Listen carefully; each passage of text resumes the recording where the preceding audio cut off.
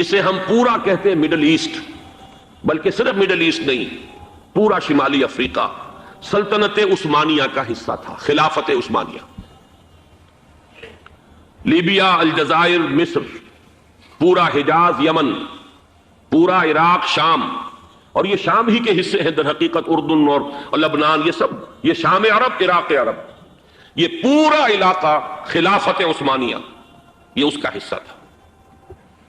پہلی جنگ عظیم میں انگریزوں نے عربوں کو بغاوت پر آمادہ کیا، غداری پر آمادہ کیا، انہوں نے خلافت عثمانیہ کے خلاف بغاوت کی، بیج بوئے ان کے دلوں کے اندر نفرت کے، ابھارا انہیں کہ تم ترکوں کے غلام کیوں ہو، تمہیں خود حاکم ہونا چاہیے، تم کھڑے ہو جاؤ، ہم مدد کریں گے، تم بغاوت کرو، تم ان ترکوں کے خلاف ہماری مدد کرو، ہم تمہیں آزاد کر دیں گے، تم اپنے پاؤں پر خود کھڑے ہو جانا۔ یہ بہت ہی ہمارے لیے دردناک المیہ ہے اس پہلی جنگ عظیم کا۔ کرنل لارنس جیسا شخص، برطانوی استعمار، اور اس کے نتیجے میں عربوں نے بغاوت کی۔ اور اس قدر دردناک بات آپ کو بتا رہا ہوں، میں پہلی مرتبہ جب سن 62 میں حج کے لیے گیا مدینہ منورہ میں، ابھی وہ ریل کے انجن کھڑے ہوئے تھے۔ یہ ترکی کے زمانے میں، سلطنت عثمانیہ کے زمانے میں بغداد سے مدینے تک ریلوے لائن تھی۔ یہ پورا ایک عالم سلطنت عثمانیہ، صرف سلطنت نہیں، خلافت عثمانیہ، پوری ٹرینیں جو ہے ترکوں کی اڑائی گئی، ہزاروں ترکوں کو شہید کیا گیا، یہاں تک کہ صحن حرم میں شہید کیے گئے سینکڑوں ترک۔ یہ جرم تھوڑے نہیں ہے، معمولی نہیں۔ آج جس کی سزا مل رہی ہے، معلوم ہونا چاہیے کہ وہ جرائم کون کون سے تھے۔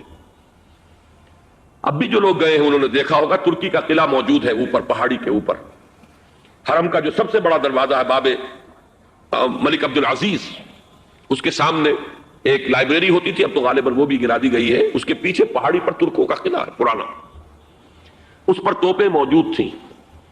جب بغاوت ہوئی ہے، جو حرم میں آئے ہوئے تھے ترک فوجی، ظاہر بات ہے نہتے، وہ تو نماز پڑھنے آئے ہوئے تھے، ان کو وہاں ذبح کیا گیا، اور ترکوں نے اپنی توپیں استعمال نہیں کی کہ کہیں بیت اللہ کو کوئی نہ پہنچ جائے۔ بہرحال یہ غداری ہوئی ہے پہلی جنگ عظیم کے دوران، اور نہ صرف ترکوں پہ، عربوں نے کی ہے۔ جیسا کہ میں نے کہا تھا، دو ہیں سب سے بڑے مجرم روئے ارضی کے اوپر امت مسلمہ کے طبقات۔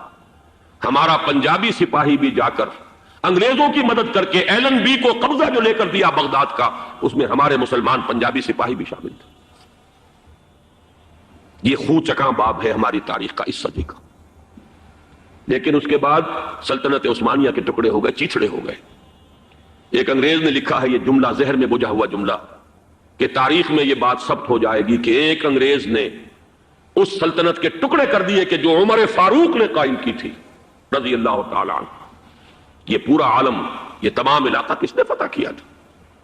یہ بات ہاتھ بدل گئے تھے، پھر ترک آ گئے، خلافت عثمانیوں کے پاس چلی گئی، لیکن یہ سلطنت تو حضرت عمر رضی اللہ تعالیٰ عنہ کے زمانے سے چلی آ رہی تھی۔ اس کو ایک انگریز کرنل نے، اور اس نے بغاوت پہ آمادہ کر کے عربوں کو اور ترکوں کے پیٹھ میں چھرا گھپوا کر ان کے ذریعے سے اور ٹکڑے کر دیے۔ لیکن جب جنگ ختم ہوئی، اب انہوں نے کہا کہ اب ہمیں آزادی دیجئے، تو اب انہیں معلوم ہوا کہ غداروں کو دنیا میں کیا ملتا ہے۔ ٹکڑے کر دیے گئے۔ یہ حصہ عراق یہ انگریز کے پاس رہے گا، شام کا یہ علاقہ یہ فرانسیسیوں کے پاس رہے گا، مصر پر انگریزوں کا تسلط رہے گا، لیبیا اطالویوں کے پاس رہے گا، لے دے کر یہ جو علاقہ تھا حجاز، کیونکہ وہاں کچھ تھا ہی نہیں، بے وادن غیر ذی زرع، یہ عربوں کے پاس چھوڑ دیا گیا۔ اس وقت جو بادشاہ ہیں شاہ حسین اردن کے، ان کے دادا سب سے بڑے غدار وہی تھے، لہذا ان کو اس علاقے کی بادشاہت دے دی گئی۔ اس کے بعد نجد سے ایک تحریک اٹھی ہے، وہ سعودی جو خاندان ہے وہ نجد سے اٹھا ہے۔ نجد میں اس وقت کچھ بھی نہیں تھا، وہ تو صرف ریت کے تودے تھے اور کچھ بھی نہیں، لہذا ادھر کسی استعماری قوت کو دیکھنے کی ضرورت ہی نہیں تھی۔ وہ تو بعد میں تیل برآمد ہوا اور اس کی حیثیت ہو گئی، اور یہ امارات کا علاقہ جو ہے اس کی دنیا میں اب گویا کہ یوں سمجھیے کہ جو سب سے زیادہ اہم علاقے ہو سکتے ہیں روئے ارضی کے نقشے پر، ان میں سے ایک وہ ہو گیا۔ لیکن یہ اس وقت کی بات میں کر رہا ہوں، کوئی حیثیت نہیں تھی، لہذا اس کو چھوڑ دیا گیا۔ یہ ہے تاریخی پس منظر، یہ لکیریں جو کھینچی گئی ہیں، یہ ایک ملت اسلامیہ کو جو قومیتوں میں تقسیم کیا گیا، پھر نعرے لگوائے گئے المصر للمصریین الشام للشامیین۔ اب شامی ایک علیحدہ قوم ہو چکے ہیں، مصری ایک علیحدہ قوم ہو چکے ہیں، عراقی ایک علیحدہ قوم ہو چکے ہیں۔ یہ ساری تقسیمیں استعمار کی پیدا کرنا ہے، اس کا کوئی تعلق اسلام کے ساتھ نہیں۔ اب ضرورت تو اس بات کی تھی کہ استعمار کے پنجے جب یہاں سے کچھ ہٹے، دوسری جنگ عظیم کے بعد ایک دور آیا، امریکہ ابھرا ہے دنیا کی عالمی سطح پر سیاست میں، اس کے ہاں کچھ آزادی کے تصورات تھے، اس نے بھی سپورٹ کیا۔ برطانیہ کمزور ہو چکا تھا، وہ اتنے بڑے علاقے کو ہولڈ نہیں کر سکتا تھا۔ ہندوستان بھی آزاد ہوا، پھر یہ کہ اور دوسرے علاقوں سے بھی اس کو پسپائی اختیار کرنی پڑی۔ استعمار کے پنجے جس طرح بھی ہوئے، ان کے سینوں سے، عربوں کے سینوں سے جو ہے گویا کہ وہ ہٹے، لیکن امریکہ نے ایک اپنی بہت بڑی حکمت عملی جو اختیار کی، عالم عرب کے سینے میں اسرائیل کا خنجر پیوست کر دیا تاکہ یہ کبھی آزاد نہ ہو جائیں، ہمارے انگوٹھے تلے رہے، ہماری پالیسی گورن کرے۔ یہ استعمار کا دوسری جنگ عظیم کے بعد جہاں برطانوی استعمار، فرانسیسی استعمار رفتہ رفتہ یہ ہٹنے شروع ہوئے، صدر ناصر نے انگریزوں کو اٹھا کر پھینکا میڈیٹرینین میں اور دوسرے جگہوں سے، الجزائر نے آزادی حاصل کی فرانس سے، اطالویوں سے جو ہے لیبیا والوں نے آزادی حاصل کی، یہ ہو گیا، لیکن ایک خنجر پیوست کر دیا گیا اسرائیل کا سینہ عرب۔ اس صورتحال میں ظاہر بات ہے کہ ایک تو بڑی آئیڈیل پوزیشن تھی کہ پورا عالم اسلام متحد ہو، لیکن وہ تو بہت دور کا خواب معلوم ہوتا ہے۔ علامہ اقبال سے بڑا کوئی نقیب نہیں ہے ملت اسلامی کی وحدت کا، ایک ہو مسلم حرم کی پاسبانی کے لیے نیل کے ساحل سے لے کر تا بخا کے کاشغر۔ لیکن انہیں بھی اپنے لیکچرز میں کہنا پڑا کہ اس وقت جو صورتحال ہے، پورے عالم اسلام کی ایک وحدت بن جانا تو تقریباً ناممکن نظر آ رہا ہے۔ اگر کسی طرح ایک common wealth of Muslim nations وجود میں آ جائے تو بھی بڑی کامیابی ہوگی، لیکن اس سے بھی پہلے یہ تو زیادہ آسان تھا کہ عالم عرب ایک وحدت کی شکل اختیار کر لے۔ یہ تو ایک قوم ہے، اکثر و بیشتر ایک نسل یا زیادہ دو نسلیں کہتی تھے، شمالی افریقہ میں بربر نسل بھی ہے، باقی تو سب عرب ہے۔ یہ پورا عالم ایک نسل، ایک زبان، پورے اتنے رقبے کے اوپر بولے جانے والی ایک زبان، یہ تو ایک ہو جائے۔ افسوس یہ ہے کہ اس کا ایک ہو جانا، ایک شخصیت ابھری تھی جو مذہبی مزاج کی شخصیت تھی، جو دینی مزاج کی حامل شخصیت تھی، اگر اس کی قیادت میں عالم عرب متحد ہو جاتا تو واقعتاً ایک بہت بڑا جو ہے مرحلہ وہ طے ہو جاتا پوری عالمی ملت اسلامیہ کی ایک وحدت اختیار کرنے کا۔ وہ شخصیت تھی شاہ فیصل شہید کی، اور اس لفظ کے ساتھ ہی آپ کے ذہن میں آ گیا ہوگا کیوں انہیں شہید کر دیا گیا، کس نے کیا کرایا، کہاں سے تعلیم حاصل کر کے آیا تھا وہ جس نے شہید کیا شاہ فیصل شہید کو، اس کی گردن پر کون سوار تھی، وہ یہودی لڑکی کے جس کے فوٹو بھی شائع ہوئے، ایک گردن پر اٹھائے کھڑا ہوا شہزادہ اپنی ایک یہودی دوست کو، لڑکی کو، اور وہی ہے کہ جس نے جا کر پستول سے شہید کیا ہے۔ جان اچھی طرح جان لیجئے، جیسے بارہا میں نے عرض کیا ہے کہ حضرت عمر کو شہید کرنے والا کہنے کو ابو لولو فیروز تھا، لیکن اس کے پیچھے پورا ایرانی نسل پرستی کا جو پورا پس منظر ہے، اسے تو ہر شخص جس کی ذرا بھی نگاہ جو ہے جو صرف منظر کو نہ دیکھ رہی ہو، پس منظر کو بھی دیکھنے والی ہو، وہ تو جان دے گی کہ ابو لولو فیروز ایک فرد کا نام نہیں تھا، وہ ایران کا انتقام تھا عالم عرب سے۔ بالکل اسی طریقے سے یہ امریکی استعمار کا ہتھ کنڈا تھا، اسے محسوس ہوا۔ شاہ فیصل مذہبی مزاج کا شخص، یہ ابھر رہا ہے، اور یہ شاہ فیصل کی حکمت عملی کا ذرا آپ اندازہ کیجئے۔ لاہور میں سمٹ کانفرنس ہوئی، اس میں وہ آئے، سب سے ٹاورنگ پرسنالٹی پورے اس وقت عالم اسلام کے اندر شاہ فیصل کی تھی، اور وہ گویا کہ ایک بہت ہی جس کو کہا جائے کہ ایک بہت ایلڈرلی، ایک بزرگانہ ایک شخصیت جو ہے، اور انہوں نے اپنے دولت کے دروازے، عرب میں وہ مشہور تھے کہ نہایت خسیس اور بخیل انسان ہے، اس لیے کہ وہاں وہ خرچ کرتے تھے حساب کتاب کے ساتھ، لیکن ان کے خزانے کھلے ہوئے تھے عالم اسلام کے لیے، ادھر بھی مدد ہے، ادھر بھی مدد ہے، ادھر بھی کام ہو رہا ہے، ادھر بھی کام ہو رہا ہے۔ پھر انہوں نے تیل کا ہتھیار استعمال کر کے ایک دفعہ امریکہ کو دن میں تارے دکھا دیے تھے۔ فرام دی ڈیزرٹ ایریا، فطرت کے مقاصد کی کرتا ہے نگہبانی، یا بندہ صحرائی یا مرد کوہستانی، بندہ صحرائی۔ اس کے بعد کیا ہوا؟ اسلام تو خلافت راشدہ کے بعد سے ڈکلائن شروع ہو گیا، ملوکیت آ گئی، وہ اسلام کا نظام شورائی جو ہے حکومت کی سطح پر ختم ہو گیا، لیکن عرب بڑھتے گئے، پھر بوڑھے ہو گئے، پھر مر گئے۔ ان کی موت کے لیے دو چیزیں ذہن میں رکھیے، پہلے کروسیڈرز نے آ کر انہیں جو ہے پٹائی کی، لاکھوں کو قتل کیا ہے. یہ جب 1099 میں یروشلم فتح کیا ہے کروسیڈرز نے، تو جتنا قتل عام ہوا ہے کہ گھوڑوں کے گھٹنوں تک خون کی ندیاں بہ رہی تھی یروشلم کی گلیوں کے اندر. اور یہ لکھنے والے ویسٹرن جو ہے آتھر ہیں، انہوں نے شرم کے ساتھ سر جیسے معلوم ہوتا ہے کہ نیچے کیا ہوا ہے، اور شرما کر بات لکھ رہے ہیں، حقیقت کو لکھا ضرور ہے. اور اس کے بعد تاتاریوں کے ہاتھوں آئے اور کروڑوں مسلمان قتل ہوئے. Not lakhs, note it, literally کروڑوں. پوری خارزم شاہ کی حکومت عظیم ترین، دی گریٹر خراسان، دی خراسان بزرگ، دی گریٹر خراسان ختم. ایسا بھی کیا ہے کہ ایک شہر کی ساری آبادی کو قتل کیا اور ان کے دھڑ تو پھینک دیے، صرف سر جو ہے سرے ایک جگہ جمع کیے، ایک پہاڑی کی شکل دی ان کو، اس کے اوپر تخت جمایا گیا اور کسی تاتاری وحشی سردار نے اس تخت پہ بیٹھ کے شراب پی. This happened in the 13th century of Christian era. 1258 میں فال آف بغداد کے ساتھ عرب قوم کی موت واقع ہو گئی. قومیں رہتی ہیں، اس کے بعد ان کے لیے قیادت نہیں تھی. اس کے بعد سے مسلم ورلڈ کی، مسلم امہ کی قیادت عربوں کے ہاتھ میں نہیں ہے. ہاں، اللہ کی طرف سے یہ معجزہ ہو گیا، جنہوں نے کروڑوں مسلمانوں کو قتل کیا تھا وہ خود اسلام لے آئے. ہے آیا فتنہ تاتار کے افسانے سے پاسباں مل گئے کعبے کو صنم خانے سے. اس کے بعد 4 عظیم ترین مملکتیں جو بنی ہیں انڈیا میں، کون تھی یہ؟ خاص طور پر مغل. ترکان تیموری، یہ ترک تھے. ایران میں ترکان صفوی، دی صفوید ٹرکس. پھر دی سلجوق ٹرکس، مڈل ایسٹ کے اندر سلجوقی.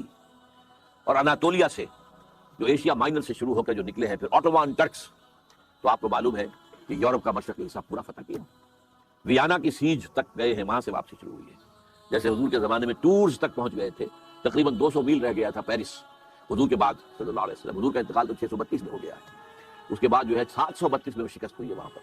اسی طرح ویانا کا جب اٹھانا پڑا ہے محاصرہ، تو وہاں سے بیکورڈ موومنٹ شروع ہوئی ہے. لیکن یہ کہ یورپ کا بہت بڑا حصہ جو ہے ترکوں کے زیر نگین رہا. 400 برس تک خلافت بھی ان کے پاس رہی. پھر ڈاؤن فال آ گیا. اب ہم اس دوسرے ڈاؤن فال کے لوسٹ ایب پر کھڑے ہوئے ہیں. اور یہ لوسٹ ایب شروع ہوا ہے 1924 سے. 1924 میں خلافت ختم، صرف ایک سمبل تھا، a symbol of Muslim unity. اور سن 14 سے 18 تک کی جو جنگ تھی، اس کے نتیجے میں great Ottoman empire just vanished from the surface of the earth, اور at least I can say from the map of the world. زمین تو ختم نہیں ہوا کرتی نا، لیکن یہ کہ آٹومان امپائر کہاں تھی آج کوئی بھی نہیں بتا سکتا. کہاں بتائیے نقشے کے اندر کہاں تھی. حصے بکھرے ہو گئے عالم اسلام کے. بغاوت کروائی تھی ترکوں کے خلاف عربوں سے. کرنل لارنس، اس نے جو بغاوت کروائی ہے، یہ جو شاہ بیٹھا ہوا حسین کا اس کا پردادا جو تھا، اس نے بغاوت کی تھی اور ترکوں کو ذبح کیا تھا، ترکوں کو قتل کیا تھا. حرم شریف میں قتل کیا ہے ترکوں. اس لیے کہ قلعہ موجود تھا. جو لوگ، اب تو وہ ختم ہو گیا قلعہ، جو لوگ کچھ عرصے پہلے گئے ہیں وہاں پر، تو پہاڑی جو ہے باب عبدالعزیز کے سامنے وہاں پہاڑی نظر آتی ہے، اور پہاڑی کے اوپر ترکوں کا قلعہ بھی تک موجود تھا. وہ وہاں موجود تھے، توپیں موجود تھیں، وہ توپیں چلا سکتے تھے، لیکن انہوں نے خانہ کعبہ کے ساتھ ان کی نگاہوں کے سامنے ترک جو ہے فوجی وہاں پر ذبح کیے جا رہے ہیں. اور وعدہ کیا تھا، ہم تمہیں آزادی دیں گے. تو ترکوں کے غلام کیوں ہو گئے؟ آزادی کیا دی؟ سب حصے بکھرے کر لیے. عراق انگریزوں کے پاس رہے گا، مصر انگریزوں کے پاس رہے گا، شام فرانسیسیوں کے پاس رہے گا، فلسطین کا بھی مینڈیٹ انگریزوں کے پاس رہے گا، لیبیا اطالویوں کے پاس رہے گا، الجزائر فرانس کے پاس رہے گا، وغیرہ وغیرہ، موریٹانیہ اسپین کے پاس رہے گا، وغیرہ وغیرہ. تو یہ لو اسٹیپ تھا. تو ہم کس اعتبار سے اس وقت تاریخی پہلو سے وہ اپنے 2 عروج دیکھنے کے بعد، پہلا عروج under the leadership of the Arabs, دوسرا عروج under the leadership of the tricks. اب یہ دونوں نیچے زمین پر پڑے ہوئے ہیں. ایک تو یہ ہے جو حقیقت ہے، جس کو سمجھنا چاہیے، اور دوسرے یہ کہ ہمارا اصل سبب کیا ہے. اسے میں کہوں گا ایمان کی کمزوری. مغرب کا فلسفہ جب ہمارے سر پر آ کر سوار ہو گیا، تو اس سے ہمارے ایمان کی جڑیں کھل گئی. مسلمان تو ہم رہ گئے، مومن نہیں رہے.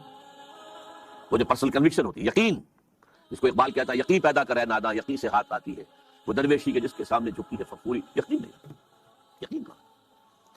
وی ہیو اونلی ریشیل کریڈ. یہ ہمارا ایک نسلی عقیدہ ہے جو والدین سے ہمیں منتقل ہو گیا. We are Muslim only because we were born of Muslim parents, that's all. Do we really believe in Allah? Do we really believe he is all powerful? Do we really believe he is present everywhere? Do we really believe in the life hereafter? That it is the real life? And it is the eternal life. Do we believe? جانبداری نہ کیجیے، اپنے غریبانوں میں جھانکیے. اور یہ تو آپ لوگ وہ ہیں جن کا ایک دینی ذوق ہے، مزاج ہے، آپ سوچ رکھتے ہیں، آپ چل کر آئے ہیں یہاں. آپ لوگوں کا کیا حال ہے؟ چاہے وہ جدید تعلیم یافتہ لوگ ہیں اور چاہے وہ عوام الناس ہیں. ایمان کہاں ہے؟ اور ایمان کیوں ختم ہوا یہ بھی نوٹ کر لیجیے. اس کی تشخیص کی تھی 20ویں صدی عیسوی کے مفکر اعظم قرآن سے دوری. قرآن کو بند کر دو، انہیں علم کلام میں الجھا دو، انہیں تصوف میں مگن کر دو، مست رکھو ذکر و فکر صبح گاہی میں سے. قرآن کو بند کر لو، ورنہ قرآن جو تو یہ پڑھیں گے تو ملوکیت کے خلاف بات سامنے آئے گی، بادشاہت کے خلاف، سرمایہ داری کے خلاف. لہٰذا اس کو بند کر دو. اول تو یہ کہ عربی زبان جو ہے وہ ایران نے آ کر بیریئر لگا دیا کہ عربی رک گئی. یہ بھی ایک تاریخی حقیقت سے نوٹ کر لیجیے. عربین پیننسولا یوں چلتا ہے، نیچے سے چوڑا ہے، اوپر سے تنگ ہے. ادھر سے خلیج فارس آ رہی ہے اور ادھر سے بحر قلزم آ رہا ہے. اچھا، اس کے اوپر جو ہے تاج بڑا رکھا ہوا ہے، وہ بھی عرب ورلڈ ہے، عراق عرب اور شام عرب، اور اس کو کہتے ہیں الجزیرہ. یہ جزیرہ نمائے عرب جو ہے الجزیرہ.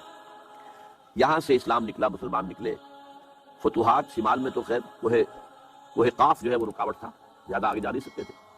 مغرب میں پھیلا، مشرق میں پھیلا. فتوحات تو دونوں طرف یکساں ہوئی، لیکن کلچرل وکٹری جو ہے وہ ایسٹ میں حاصل نہیں ہو سکی، صرف ویسٹ میں ہوئی. کیونکہ شمالی افریقہ جو ہے بیرن تھا، وہاں کوئی کلچر تھا ہی نہیں، وہاں کوئی تہذیب تھی ہی نہیں، نہ کوئی فلسفہ تھا، نہ کوئی ادب تھا. لہذا ویکوم تھا، اس ویکوم کو عربی نے آ کر کیپچر کیا، اور آج پورے شمالی افریقہ کی زبان عربی ہے. کیسے ہو گئی؟ That was due to that vacuum of culture. عرب آ کر چھا گئے، ان کی تہذیب چھا گئی، ان کی زبان چھا گئی، اور بڑے خوش قسمت رہے کہ اب ان کی مادری زبان ہے جس میں قرآن مجید ان کے پاس موجود ہے. مشرق کی طرف جب بڑھے ہیں، عراق سے نکل کر، شام سے نکل کر گئے مغرب کی طرف، عراق سے نکل کر آئے مشرق کی طرف. جو ایران ہے اس کا اپنا کلچر تھا، اس کی تہذیب تھی، اس کی زبان تھی، اس کا لٹریچر تھا، اس کی شاعری تھی، اس کا فلسفہ تھا. لہذا کلچرلی اسلام ایران کو فتح نہیں کر سکا، پولیٹیکلی فتح کیا ہے. اور اس کے بعد ٹیکس آ گئے، انہوں نے بھی پرشین اختیار کیے. ہمارے ہاں جو 800 برس حکومت رہی ہے تو Persian was the official language, not Arabic. عربی جاننے والے جو ہے وہ تو صرف چند مولوی لوگ ہوتے تھے، اور وہ بھی عربی کہاں جانتے تھے، وہ تو فقہ پڑھتے تھے. اصل میں اس لیے کہ 3 عہدوں کے لیے آدمی درکار تھے. سول سروس تھی یہ ان کی، مسلمان حکومتوں کی، کہ انہیں قاضی چاہیے، magistrates, they must be expert in law, مفتی چاہیے، یورسٹ. نکلا تھا گلف وار سے، لیکن ذرا سا ایک بیان دے دیا تھا کہ جو اسرائیل کو پسند نہیں آیا تو جو الیکشن میں چاروں شانے چت ہوا ہے اس کا جو حشر ہوا ہے وہ دیکھ لیجیے. تو پہلی بات تو یہ سمجھ لیجئے کہ آج بھی یہودی، یہ نیو ورلڈ آرڈر ہے، نیو ورلڈ آرڈر، اور اس میں عیسائی دنیا اس کی اعلی کار ہے. اب صورتحال کیا ہے؟ عیسائی دنیا، میں ایک بات بتا رہا تھا بیچ میں رہ گئی، کہ جہاں تک پروٹیسٹنٹ عیسائی تھے وہ تو پہلے ان کے ہاتھ میں تھے. حال ہی میں انہوں نے جو فتح حاصل کی ہے وہ کیتھولک عیسائیت کو بھی اپنے ہاتھ میں لے لیا ہے. چنانچہ پوپ صاحب نے فرمان جاری کر دیا ہے کہ ہمارے خداوند یسوع مسیح کے قتل کی ذمہ داری ان یہودیوں پر نہیں ہے، بری کر دیے گئے. 1900 برس کے بعد، بلکہ 2000 برس کے قریب ہو گئے، انہیں ایگزونریٹ کر دیا گیا، ایبسالو کر دیا گیا، ان پر ذمہ داری نہیں. نتیجہ یہ نکلا ہے کہ ابھی چند مہینے پہلے جو مذاکرات صلح کے ہو رہے تھے، جن میں یاسر عرفات بھی تھے اور یہ اسحاق ریبین گیا ہوا تھا واشنگٹن، وہاں سے واپس آیا ہے تو روم میں رک کر پاپائے روم سے ملاقات کر کے تشریف لائے ہیں. انہیں دعوت دی ہے کہ یروشلم آئیے، اور ویٹیکان نے تسلیم کر لیا ہے اسرائیل کو، اور ویٹیکان کا اب جو ہے ایک ایمبیسی، اس کا جو ہے سفارت خانہ وہ یروشلم میں بننے والا ہے، اور پوپ صاحب بھی وزٹ کرنے والے ہیں. گویا کہ یہ گٹھ جوڑ اب مکمل ہو چکا، اب کہیں اس میں کوئی کمی نہیں رہی. اس یونائٹڈ فورس کے ساتھ یہ نیو ورلڈ آرڈر اس وقت عالم اسلام پر حملہ آور ہے. اب اس میں نوٹ کیجئے کہ اس وقت کی فضا ہے کیا. عالم اسلام میں سے عالم عرب ان کے شکنجے میں جا چکا. کیوں بنا کر کھڑے ہوئے ہیں اسرائیل کو ماننے کے لیے اور سر تسلیم خم کرنے کے لیے؟ انہیں بلا کر میڈرڈ میں پیش کیا گیا یہودیوں کے سامنے کہ تم جن کے ساتھ ایک ٹیبل پر بیٹھنے کو تیار نہیں تھے، میڈرڈ میں آؤ، آؤ اپنا قبرستان دیکھو. یہ اسپین کی سرزمین جہاں تم نے 800 برس حکومت کی تھی، یہ تمہارا قبرستان، یہاں آؤ اور بیٹھو اور ان کے ساتھ بات کرو. گئے تھے کہ نہیں تمام فرنٹ لائن سٹیٹس میڈرڈ میں؟ حالانکہ کوئی بین الاقوامی کانفرنس کبھی میڈرڈ میں نہیں ہوئی. یا تو یہ واشنگٹن میں، بعد میں وہ سارے معاملات واشنگٹن میں چلے. شروع وہاں سے کیا، اس لیے کہ نیوز ویک کا کچھ عرصے پہلے کور سٹوری جو تھی 1992 is the year of Spain. Why? 1592 was the year of the fall of Granada.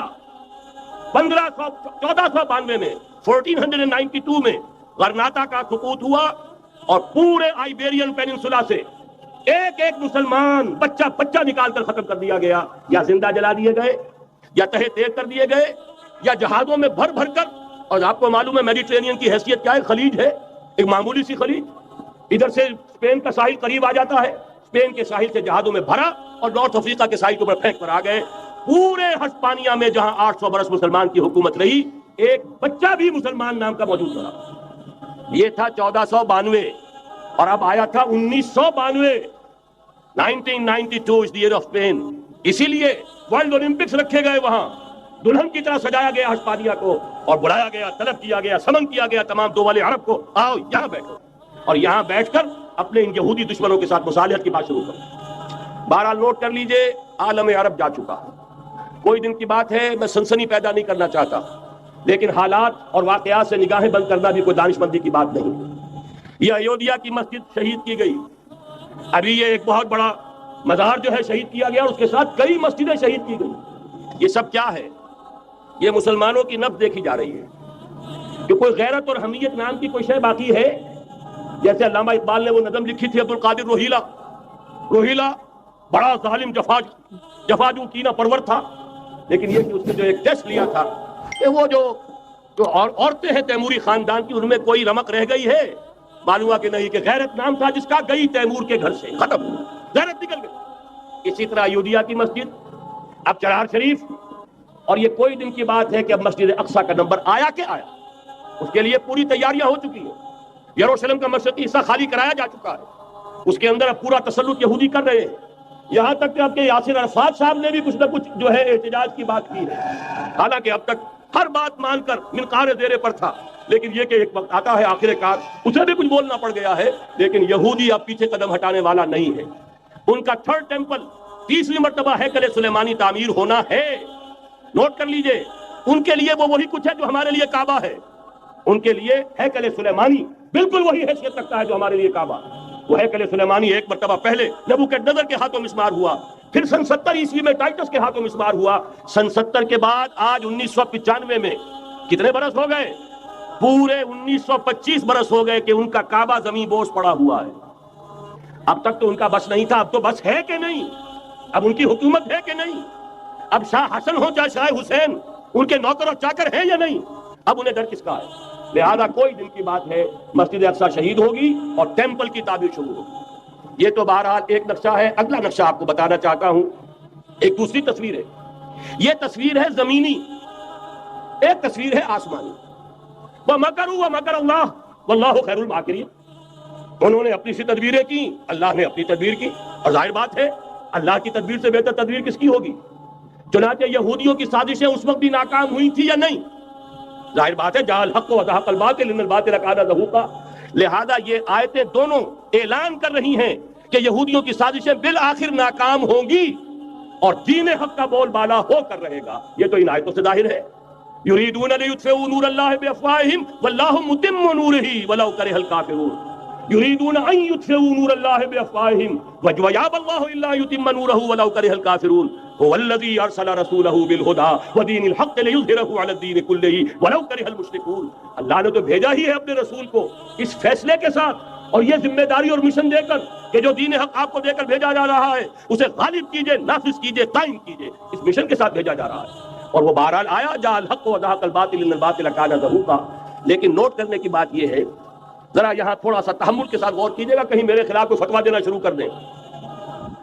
کیا حضور کا مقصد بعثت اس وقت مکمل ہو گیا تھا؟ ایک درجے میں ہو گیا کہ جزیرہ نما عرب پر اللہ کے نور کا بھی اتمام ہو گیا، اللہ کا دین بھی غالب ہو گیا. ہو گیا کہ نہیں ہو گیا؟ لیکن کیا محمد الرسول اللہ صرف عرب کے لیے بھیجے گئے تھے؟ قرآن کہتا ہے ببانگ دول وما ارسلناک الا کافۃ للناس بشیرا ونذیرا.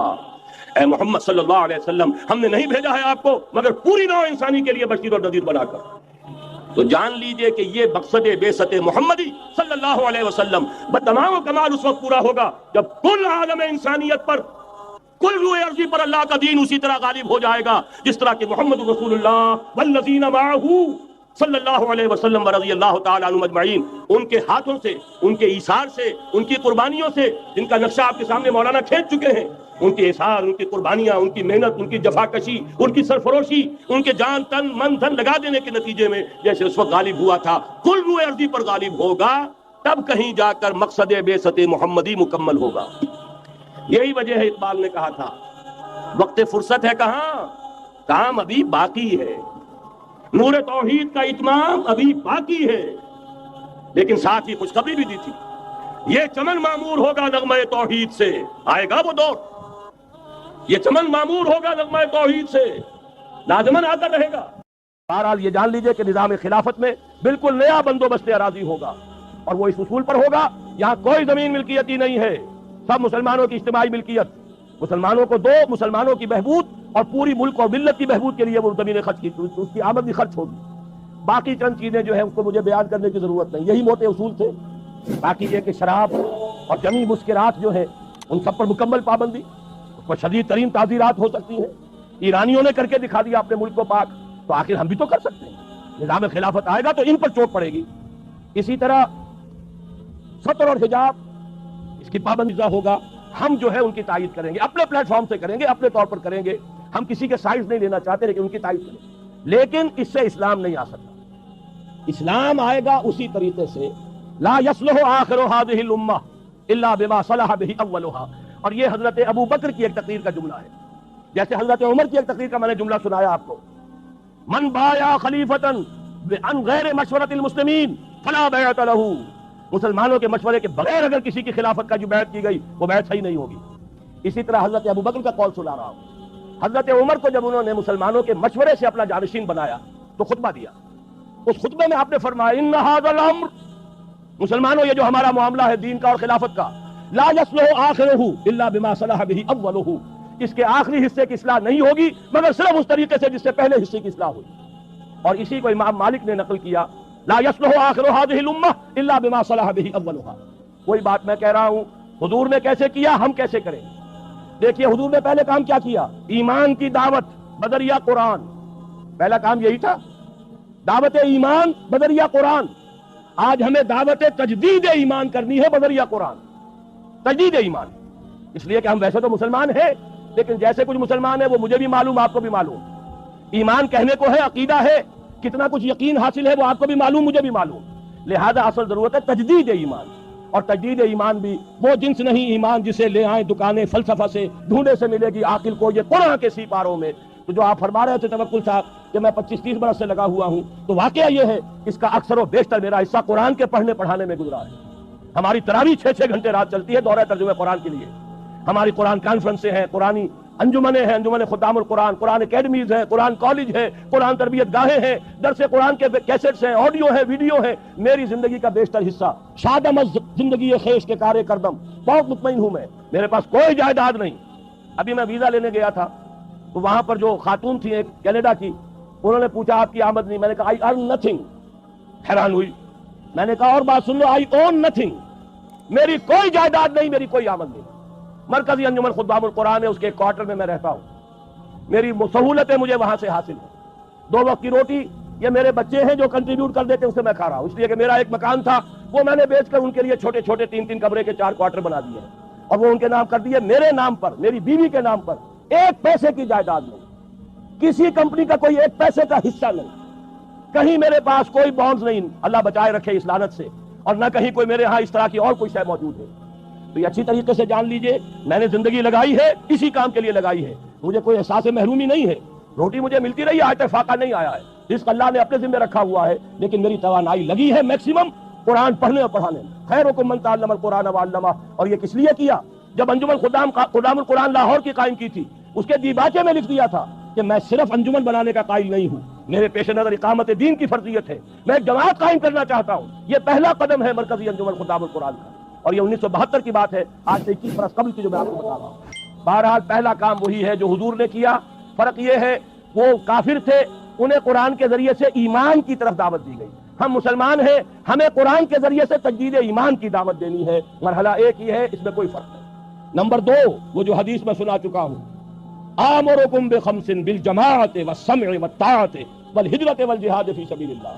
اب جو لوگ واقعتاً شعوری ایمان اختیار کریں، شعوری طور پر فیصلہ کریں کہ مسلمان جینا ہے، مسلمان مرنا ہے، ان صلاتی و نسکی و محیایا و مماتی للہ رب العالمین. یہ طے کرے نا پہلے, صرف جلسوں سے تو نہیں ہوگا, یہ تو ہوگا تو پھر کچھ کرنے سے ہوگا. اور کرنے کے لیے میدان میں وہ آئے جو پہلے اپنی ذات پر اپنے گھر میں دین نافذ کر چکا ہو. اگر یہ نہیں ہے تو جھوٹا ہے, فریبی ہے, اسلام کا نام لیتا ہے. تو اپنی ذات پر اپنے گھر میں اسلام قائم کرو اور پھر جڑ جاؤ, ایک مل جل کر ایک جمعیت بنو, ایک طاقت بنو, ایک قوت بنو, جماعت بنو, حزب اللہ بنو. آمرکم بخمس, میں تمہیں 5 باتوں کا حکم دے کر جا رہا ہوں. جماعت کی شکل میں رہو, جماعت بھی ڈھیلی ڈھالی نہیں, بالجماعت والسمع والطاعت, سنو اور اطاعت کرو, لسن اینڈ اوبے. ایسی منظم جماعت. یہ منظم جماعت کیا کرے گی؟ ہجرت اور جہاد. ہجرت کے بارے میں پوچھا گیا, ایو الہجرت افضل یا رسول اللہ, اے اللہ کے رسول یہ بتائیے سب سے افضل ہجرت کون سی ہے؟ فرمایا ان تہجر ما کرہ ربک, ہر اس چیز کو چھوڑ دو جو تمہارے رب کو پسند نہیں. یہی وجہ ہے میں نے جب جماعت تنظیم اسلامی کے نام سے قائم کی ہے, اس تنظیم اسلامی کی جماعت میں جو عہد نامہ ہے اس میں شمولیت کا, اس کی پہلی شق یہی ہے, انی واحد اللہ, میں اللہ سے ایک عہد کرتا ہوں, ان اہجر کل ما یکرہہ, ہر اس چیز کو چھوڑ دوں گا جو اسے ناپسند ہے. یہیں سے شروع ہوگی ہجرت. اسی کو کہا ہے یہ سب سے اونچی ہجرت ہے, افضل ہجرت. اور اس کے بعد جہاد ہے, تن من دھن لگاؤ اللہ کے دین کے لیے, اللہ کے دین کی سربلندی کے لیے. اور اس کے 3 مرحلے آئے ہیں ہماری ایک حدیث کے اندر. تم میں سے جو کوئی بری کو دیکھے, حدیث بہت عام ہے, سب کو یاد ہوگی, اس کا فرض ہے طاقت سے روکے, اور اگر اس کی ہمت نہیں ہے زبان سے روکے, اس کی بھی ہمت نہیں ہے تو دل سے نفرت ضرور رکھے, اور یہ ایمان کا کمزور ترین درجہ ہے. ظاہر بات ہے اس جماعت میں, تنظیم اسلامی میں, اس حزب اللہ میں, اس خلافت کو قائم کرنے والی آرگنائزیشن میں وہی لوگ آئیں گے جنہیں بدی سے نفرت ہے اور نیکی چاہتے ہیں کہ قائم ہو جائے. وہ معاونین کی تحریک ہم نے رکھی ہے, تحریک خلافت کے معاونین. تنظیم میں آنے کے لیے بیعت ہے, بیعت ہے سمع و طاعت فی المعروف, شریعت کے دائرے کے اندر جو حکم دو گے مانیں گے. وہ حکم کوئی بھی ہو, ہماری طبیعت کے مطابق ہو یا ہماری منشا کے خلاف ہو, شریعت کے خلاف نہ ہو تو مانیں گے. 5 دفعہ قرآن میں یہ مضمون آیا ہے, 5 دفعہ, لیکن الفاظ بدل بدل کر آیا ہے. 5 جگہ یہ بات واضح ہوتی ہے کہ تمام نوع انسانی کے لیے بھیجے گئے, واحد رسول اللہ کے. جیسے واحد رسول اللہ کے وہ ہیں جنہوں نے دین حق کو بالفعل غالب کیا, فرد واحد سے دعوت کا آغاز کیا. پہلے دن 4 ایمان لائے, زوجہ محترمہ خدیجہ الکبریٰ رضی اللہ تعالی عنہ, یار غار ابو بکر صدیق رضی اللہ تعالی عنہ, چچازاد بھائی جو زیر تربیت ہیں, زیر پرورش ہیں, حضرت علی رضی اللہ تعالی عنہ, غلام جنہیں آزاد کر کے بیٹا بنایا ہوا ہے, زید ابن حارثہ, زید ابن محمد کہلاتے ہیں. 1 جمع 4 5 ہوئے, 10 برس میں بمشکل 125 ہوئے. لیکن اس کے بعد وہی جو گلیوں کی تبلیغ کر رہا تھا, جو گھر گھر پر جا کر دستک دے رہا تھا دعوت و تبلیغ کے لیے, وہی پھر بدر اور حنین میں فوجوں کی سپہ سالاری کا ذمہ دار بھی ہے. اور وہی جو سن 8 ہجری میں 10 رمضان المبارک کو فاتح کی حیثیت سے مکے میں داخل ہوا ہے. اور اگلے 2 سالوں کے اندر اندر پورے جزیرہ نما عرب پر اللہ کا دین غالب ہو گیا. جاء الحق وزهق الباطل ان الباطل كان زهوقا اذا جاء نصر الله والفتح ورأيت الناس يدخلون في دين الله افواجا. اللہ کا دین کا غلبہ یہ ہے, اس کی کوئی اور مثال نہیں ہے سوائے محمد الرسول اللہ کے. نہ حضرت ابراہیم کی زندگی میں, نہ حضرت عیسیٰ کی زندگی میں, نہ حضرت موسیٰ کی زندگی میں, نہ حضرت نوح کی زندگی میں. اولو العزم من الرسل تو یہی شمار ہوتے ہیں. زیادہ سے زیادہ 2 اور شریک کر لیجئے, حضرت ہود اور حضرت صالح. اولو العزم من الرسل تو حقیقت میں 5 ہی ہیں. نوح پہلے, محمد آخری صلی اللہ علیہ وسلم, درمیان میں ابراہیم, موسیٰ, عیسیٰ. یہی وجہ دیکھیے سورہ شورا کی آیت میں پہلے حضور, حضرت نوح, پھر حضور, اور پھر درمیان کے 3. شرع لکم من الدین ما وصی بہ نوحا اول والذی اوحینا الیک محمد رسول اللہ آخرا وما وصینا بہ ابراہیم و موسیٰ و عیسیٰ. 3 درمیان میں ہے. 5 اولو العزم من الرسل. کیا کسی کے ہاتھوں, کسی اور کے ہاتھوں محمد الرسول اللہ صلی اللہ علیہ وسلم کی طرح دین کے غلبے کا فی الواقع دنیا میں ظہور ہوا؟ اسی طرح نوٹ کیجئے, کوئی رسول نہیں جو پوری نوع انسانی کے لیے بھیجا گیا ہو. میں یہاں 5 اسلوب بیان نہیں کر سکتا, لیکن ایک آیت تو شاید سب کو یاد ہوگی, وما ارسلناک الا کافۃ للناس بشیرا ونذیرا. اے نبی ہم نے نہیں بھیجا ہے آپ کو مگر تمام انسانوں کے لیے بشیر اور نذیر بنا کر. وما ارسلناک الا رحمۃ للعالمین قل یا ایھا الناس انی رسول اللہ الیکم جمیعا 5 اسلوب ہیں، لیکن سب سے نمایاں، سب سے واضح وما ارسلناک الا کافۃ للناس بشیرا ونذیرا۔ نوٹ کیجئے، اگر مقصد بعثت محمدی غلبہ دین ہے اور بھیجا گیا محمد کو پورے عالم انسانیت کے لیے، ان دونوں کا منطقی نتیجہ کیا نکلے گا؟ کیسے ممکن ہے کہ حضور کا مقصد بعثت پایہ تکمیل کو نہ پہنچے اور قیامت آ جائے، دنیا ختم ہو جائے؟ ناممکن۔ دنیا کے خاتمے سے پہلے وہ وقت آ کر رہے گا جب کل کرۂ ارضی پر اللہ کا دین اسی طرح غالب ہو جائے جیسے کہ محمد عربی صلی اللہ علیہ وسلم کے دست مبارک سے جزیرہ نما عرب میں غالب ہوا۔ اگر نہیں ہوتا تو تکمیل نہیں ہوئی۔ یہی بات کہی اقبال نے، وقت فرصت ہے کہاں، کام ابھی باقی ہے، نور توحید کا اتمام ابھی باقی ہے۔ جزیرہ نما عرب تو جگمگا اٹھا نور توحید سے، جیسا کہ بعد میں عرض کروں گا۔ پھر اصحاب ثلاثہ، خلفائے ثلاثہ کے عہد خلافت میں کہاں سے کہاں کا علاقہ جو ہے وہ منور ہو گیا، بقعہ نور بن گیا توحید سے۔ لیکن پوری دنیا تو نہیں ہوئی نا، ابھی تو چین بھی تھا، ہندوستان بھی تھا، ابھی تو پورا یورپ بھی تھا، پورا افریقہ بھی تھا، سوائے شمالی افریقہ کے اور کہاں دین پہنچا تھا۔ جب تک کہ کل روئے ارضی پر اللہ کا دین غالب نہیں ہوتا، حضور کا مقصد بعثت نامکمل ہے، وقت فرصت ہے کہاں، کام ابھی باقی ہے، نور توحید کا اتمام ابھی باقی۔ البتہ اتمام کے 2 مفہوم سمجھ لیجئے۔ ایک ہے کسی شے کا کسی ایک بلندی تک پہنچ جانا، ایک ہے کتنی اس کی وسعت کتنی ہے۔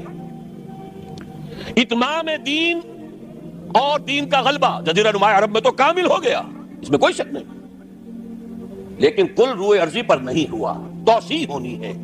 ایک اعتبار سے اتمام ہو گیا، ایک اعتبار سے دین غالب ہو گیا، لیکن یہ کہ در حقیقت چونکہ بعثت محمدی صلی اللہ علیہ وسلم تمام عالم انسانیت کے لیے ہے، اس لیے جب تک پورے عالم انسانی پر اللہ کا دین غالب نہ ہو، ہنوز مقصد بعثت محمدی شرمندہ تکمیل ہے۔ لیکن جان لیجئے ہو کر رہے گا۔ اب اس کی جو خبریں دی ہیں، سب سے پہلے تو جیسا کہ ان آیات کے حوالے سے میں نے عرض کیا تھا، 2 آیتیں میں نے اس وقت تک بیان کی ہیں، 2 اگلی آیات ذرا سرسری طور پر سمجھ لیجئے ورنہ وقت بہت زیادہ لگ جائے گا۔ اے مسلمانوں، یہ تو ہمارا فیصلہ ہے، ہم اپنے دین کا اتمام کریں گے، ہم نے اپنے نبی کو بھیجا ہی دین کے غلبے کے لیے، غلبہ دین ہوگا، لیکن تمہارے ایمان کا کچھ تقاضا ہے۔ اگر تم چاہتے ہو آخرت کے عذاب سے بچنا، اگر تم چاہتے ہو جنت کا داخلہ، تو تمہیں ایک کاروبار کرنا پڑے گا۔ یا ایھا الذین آمنوا هل ادلکم علی تجارۃ تنجیکم من عذاب علیم تؤمنون باللہ ورسولہ وتجاہدون فی سبیل اللہ باموالکم وانفسکم۔ ایمان رکھو جیسا کہ ایمان کا حق ہے، اور جہاد کرو اللہ کی راہ میں، کما دو اس میں اپنی جانیں بھی اور اپنے مال بھی۔ یہ تقاضا ہے اہل ایمان سے، مشیت ازدی ہے، بعثت مقصد محمدی اپنی جگہ ہے صلی اللہ علیہ وسلم، لیکن جانیں کھپائیں صحابہ نے، سختیاں جھیلی صحابہ نے، قربانیاں دی حضور نے بھی اور صحابہ نے بھی۔ محمد رسول اللہ والذین معہ،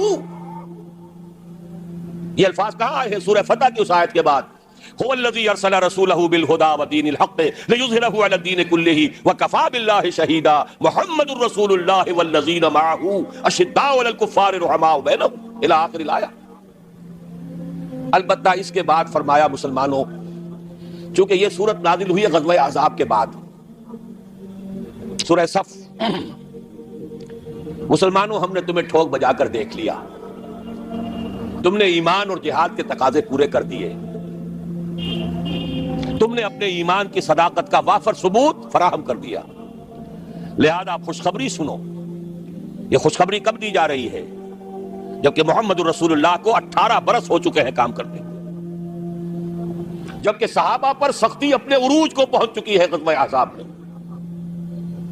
فرمایا اگر تم اس راستے پر گامزن رہو گے تو اخروی وعدے بھی ہیں، مغفرت بھی ہے، نجات بھی ہے، جنتیں بھی ہیں، بڑے اعلیٰ گھر بھی ہیں، وَأُخْرَىٰ تُحِبُّونَهَا نَصْرٌ مِّنَ اللَّهِ وَفَتْحٌ قَرِیب۔ اور ایک اور بات سن لو جو تمہیں بہت پسند ہوگی، اللہ کی مدد آیا چاہتی ہے اور فتح جو ہے تمہاری قدم بوسی کرنا چاہتی ہے۔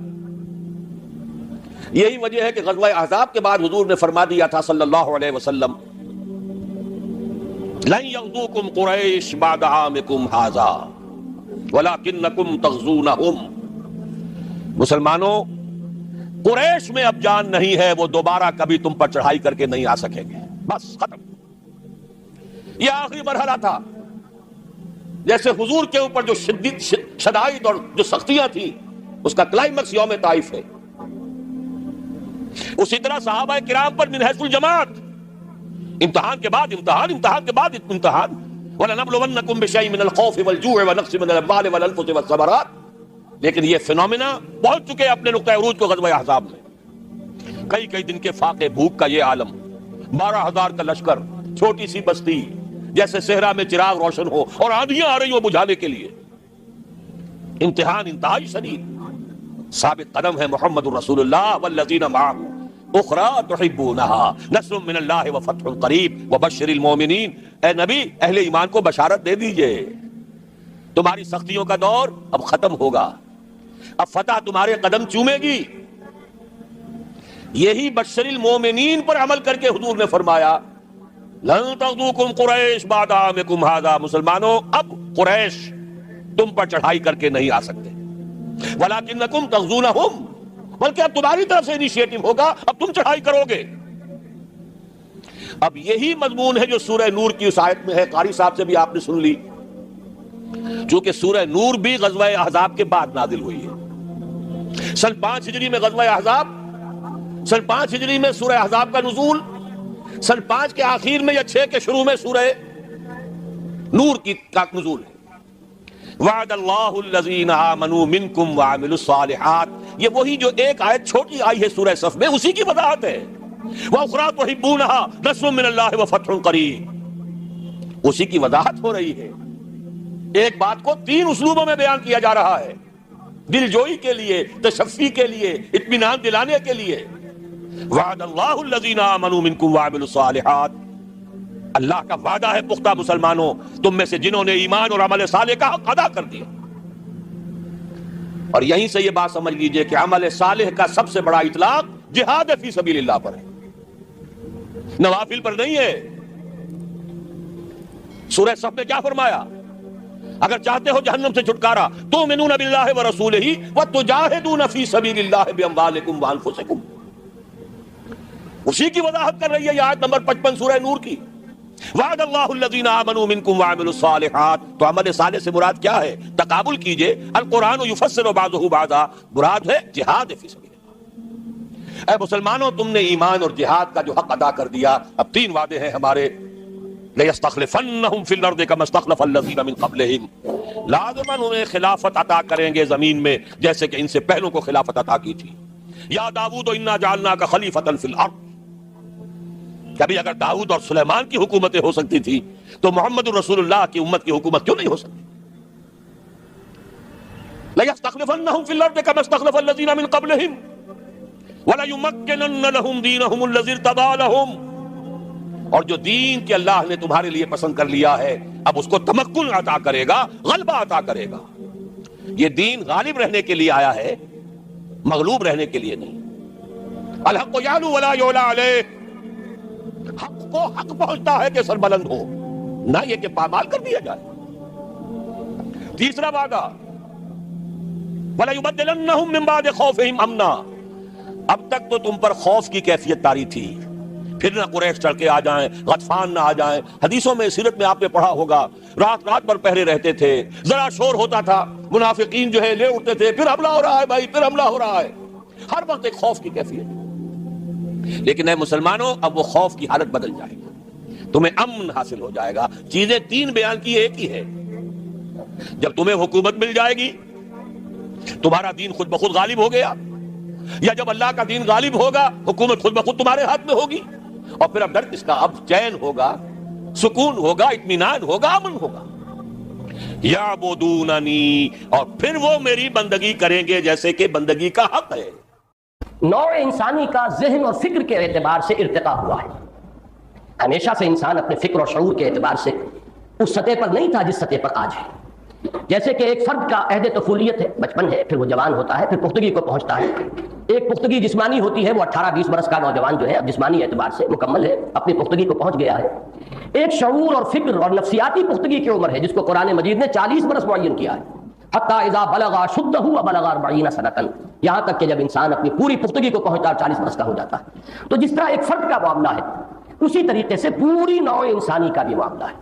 اس کا بھی ایک عہد طفولیت تھا، پھر اس کی جوانی کا دور آیا، پھر اس کے شعور کی پختگی، عقل کی پختگی کا دور آیا ہے۔ اب ظاہر بات ہے کہ جیسے ایک بچے کو آپ تعلیم دینا چاہیں تو چاہے پرائمری کے بچے کے لیے آپ کسی پی ایچ ڈی کو بٹھا دیں، پی ایچ ڈی ہے، وہ سب کچھ اس نے جو ہے پڑھ لیا ہے، سمجھ لیا ہے، لیکن وہ اس بچے کو تو نہیں دے سکتا وہی سب کچھ جو کچھ اس کے ذہن میں ہے، اسے تو اس کی ذہنی سطح کے مطابق دینا ہوگا۔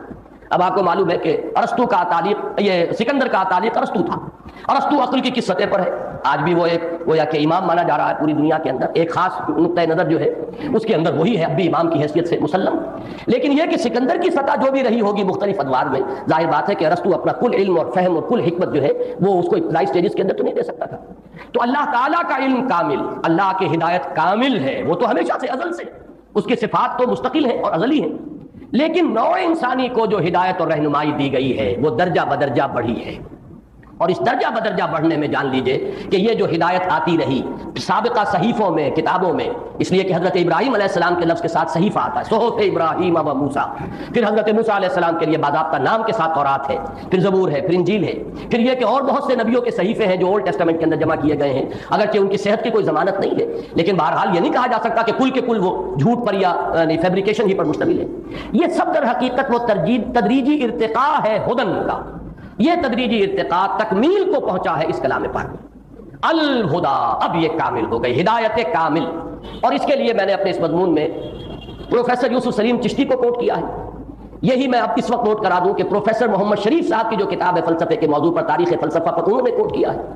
یہی بات ابھی میں پڑھ رہا ہوں history of the world H G Wells کی، اس نے بھی یہ بات کہی ہے کہ 6 صدی قبل مسیح سے انسان نے سوچنا شروع کیا ہے، اس سے پہلے سوچ نہیں تھی۔ جیسے بچے کو بھی آپ بتاتے تھے دیکھو یہ کام نہ کرنا، یہ سانپ ہے، یہ سانپ جو ہے نقصان دہ ہے، اس کے قریب نہ جانا، اسے کچھ پتا نہیں ہے اس کے سوا، لیکن یہ کہ آپ نے بتایا، پہلے جو ہے ڈوز اینڈ ڈونٹس دیے گئے، یہ کرو یہ نہ کرو، باقی یہ کرو تو کیوں کرو اس کا کوئی ابھی محل نہیں تھا، یہ نہ کرو تو کیوں نہ کرو اس کو ابھی سمجھانے کا کوئی موقع نہیں تھا۔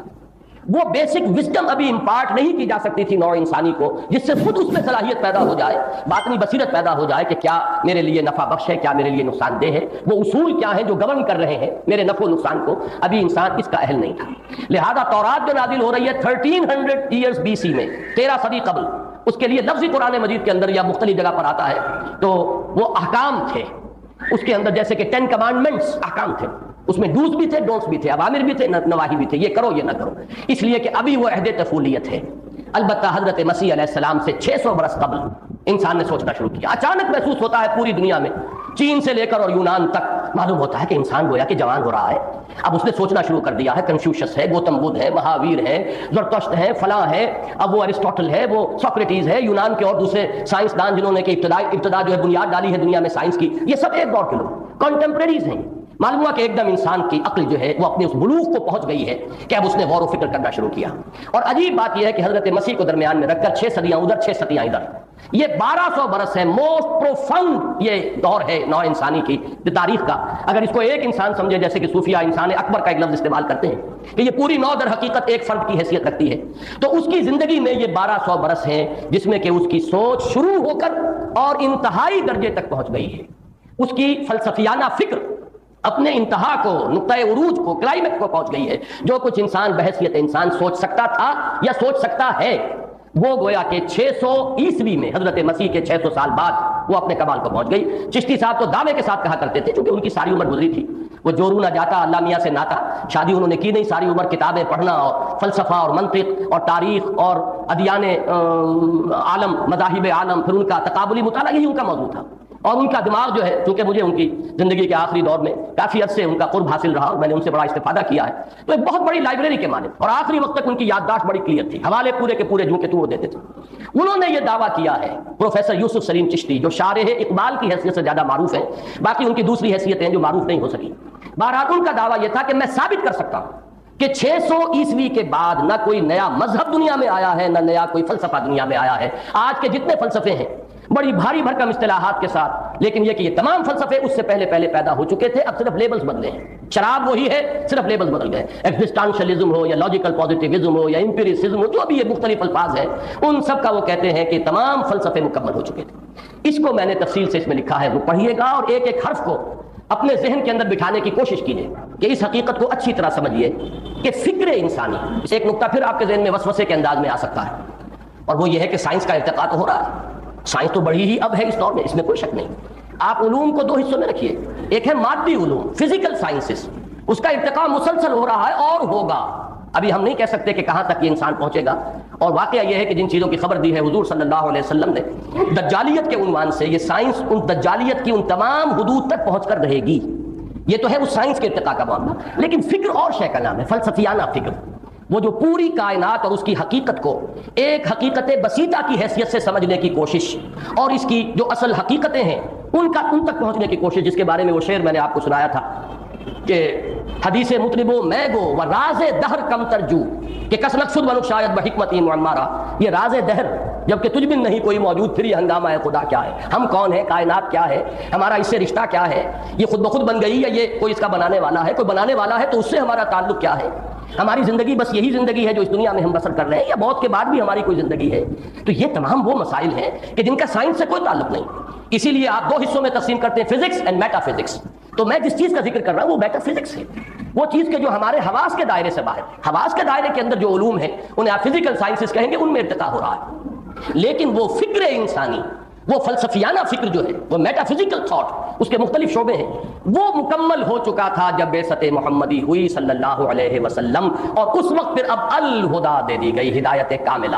اور اسی کے ساتھ ایک ربط اور تعلق میں نے، چونکہ میرے ذہن میں آیا، میں نے بیان بھی کیا ہے باہر، آج پھر نوٹ کر لیجئے، یہی وجہ ہے کہ اس الہدا کی حفاظت کا ذمہ اللہ نے لیا، اس سے پہلے جتنی ہدن نازل ہوئی ان کی حفاظت کا ذمہ نہیں لیا، اس لیے کہ اصل کامل ہدایت تو ابھی آنے والی تھی، کوئی جو ہے اس کی ہدایت غیر ضروری تھی، اس کی حفاظت غیر ضروری تھی، کوئی اللہ تعالیٰ کو میوزیم نہیں سجانا تھا، اصل شے تو ہے ہدایت، اور ہدایت چونکہ ابھی یہ تدریجی ارتقاء ہے اس کا ہو رہا ہے، تدریجی مراحل طے کر رہی ہے یہ ہدایت خداوندی، اللہ کے علم کے اعتبار سے نہیں، نوع انسانی جس کو ہدایت پہنچانی ہے اس کے ذہنی اور فکری ارتقاء کے اعتبار سے، لہذا یوں سمجھیے کہ انٹرم پیریڈز میں جو کچھ انہیں دے دیا گیا ہے اس کی حفاظت کی چندہ ضرورت نہیں ہے۔